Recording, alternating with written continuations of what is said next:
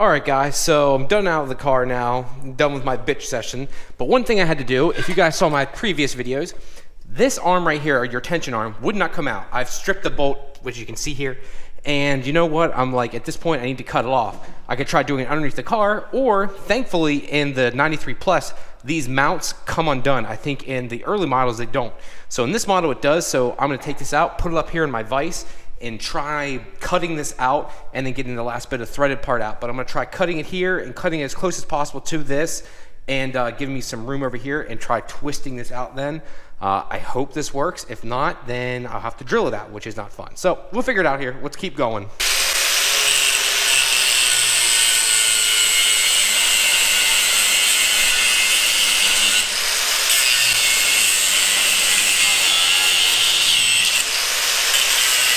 So what happened exactly here? It's basically just over years it seized to it. You have a bushing and you have the screw, and the rust inside the bushing caused the actual thing to seize up, as you can see on the inside.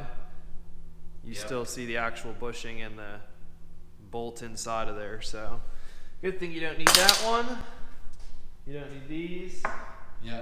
And can you guys let me know, I have no idea, I'm pretty sure the 93 Plus MR2s are the only ones where these come off. I think usually like the 91, 92 MR2s, these are actually stationary, so that would have really fucking sucked if we were underneath the car trying to do this.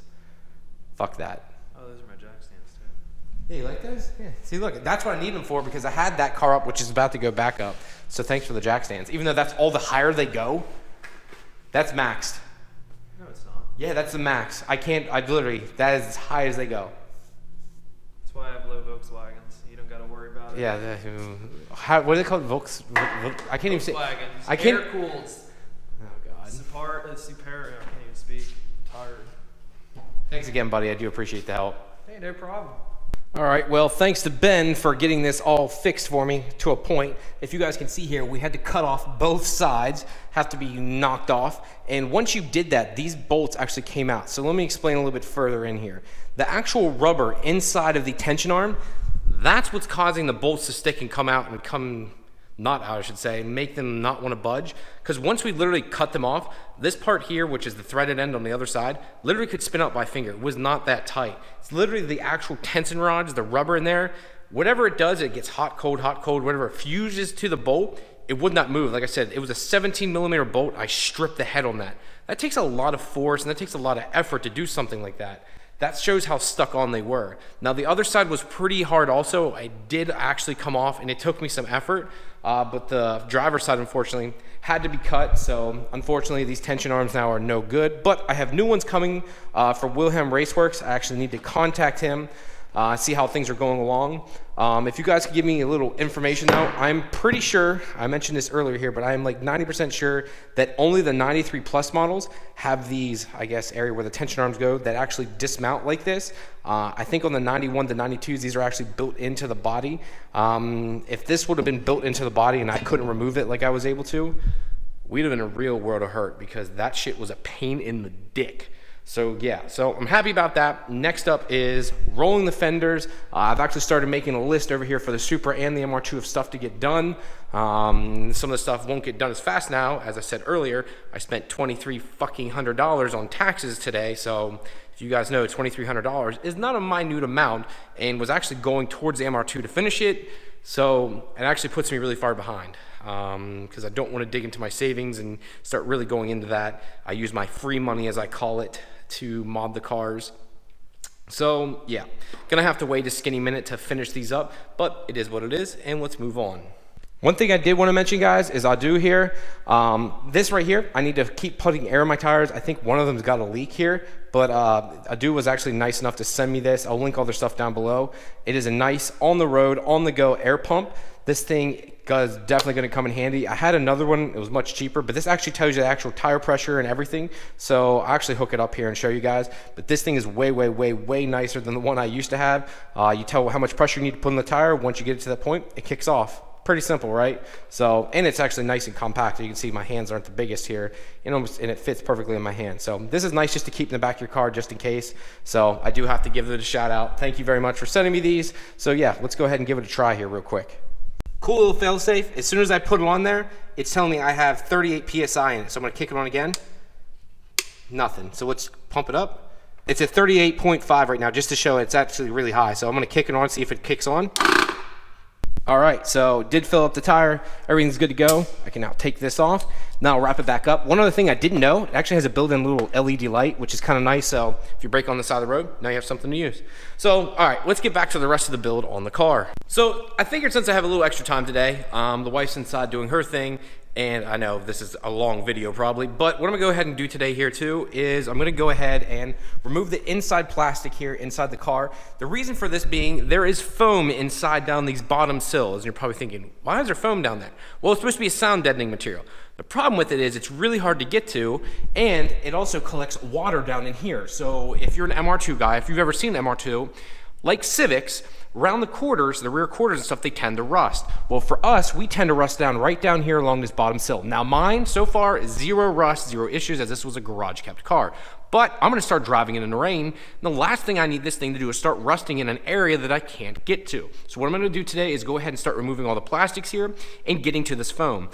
Starting with the passenger side just because I think it's easier. I've never done this, so I'm kind of winging it, but the first thing you need to do is pull up this bottom piece here. All you literally do is lift up, and I'm actually using the T-top harness to hold it up in place because it actually is on a swing arm. So now that sits up, and also if you have a turbo model, you probably have the speakers back here, which never knew that's how you got to them, so now I know. Pretty simple. So let's start taking the rest of it off. All right, guys, so got the interior out and got the foam out. So the passenger side foam is very small. There's not much to it. The driver's side, there's a larger chunk over there, but got the passenger side piece out. Pretty easy to get to. Did have to remove the seat belt and some other stuff to get it, but it was definitely worth it to do it. And yeah, now I don't have to worry about that. Onto the driver's side, and we should be good to go. I've got the other side out here for the most part right now. As you can see, I got the plastic out, and just need to pull the foam out. This side's going to be a little bit harder, but I wanted to say my buddy Mike is here right now as he's taking off his sweatshirt and trying to get sexy for me.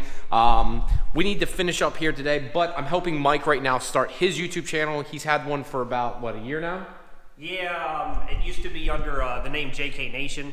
The new name, because it's going to cover more content than just JK Jeeps.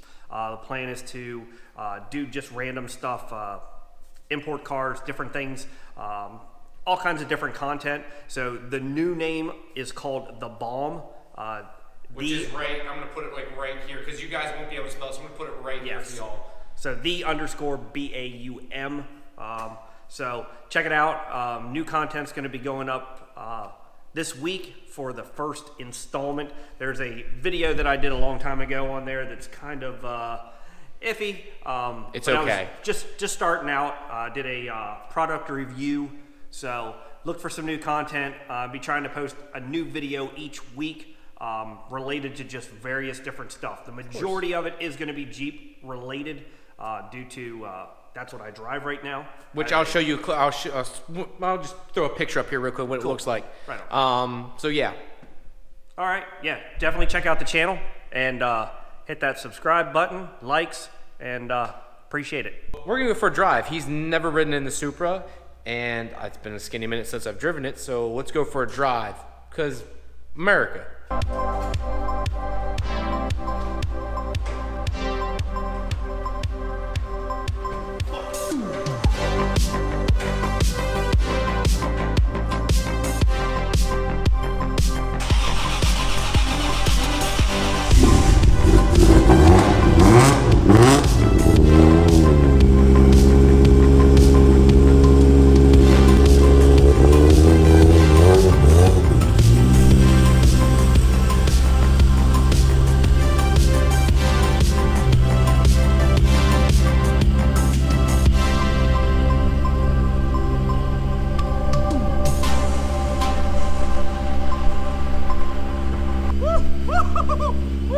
Let's go. Oh, yeah, fire extinguisher life, bro.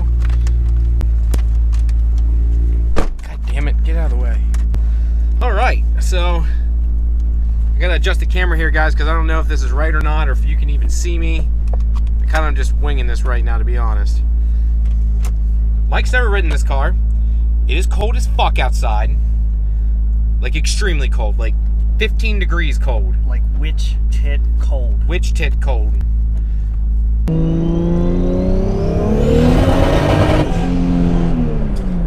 That's with traction control on. That's on. That's on. That's that popping noise.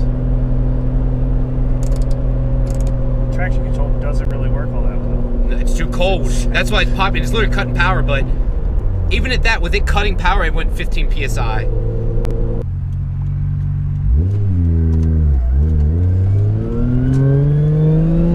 Ready?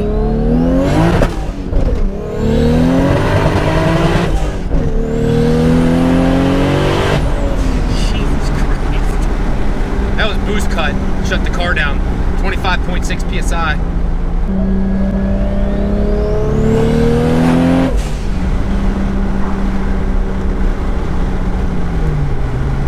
Too cold, running too well. I don't have a big enough wastegate, sadly. 25.5 psi. Oof, that's way, definitely not what it should be, but it is what it is.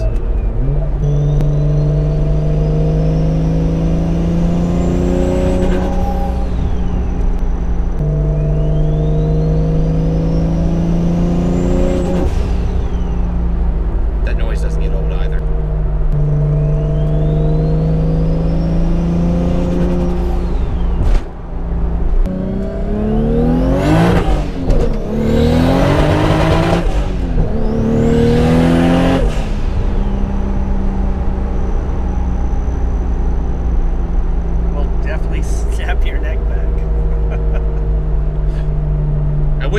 I wish I had another boost control because I can keep going.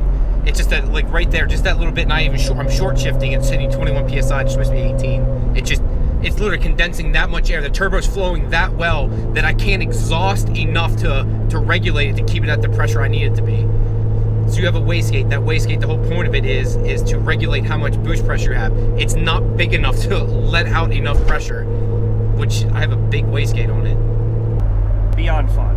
Yeah, like this is, I love driving this car.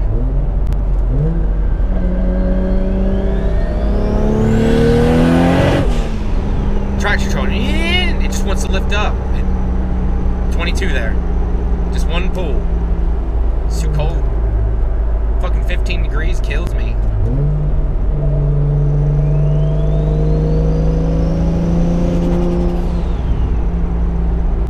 Love that noise. So Mike, what do you think of the ride? What do you think of it? It definitely sucked you back in the seat. Definitely what I was expecting, based on all the videos that I've seen of other people riding in the car, his friends, his mom, his dad. So it wasn't a complete surprise, but it was definitely fun. Definitely something that'll get you in trouble. Now for me guys, I'm it for the day. This is it, I'm done. So if you could do me a favor, go down below, check out my Facebook and Instagram. I also have my website with all my merchandise down there. If there's anything you need, you have any questions, hit me up. Thank you guys very much, and I'll talk to you later. Peace!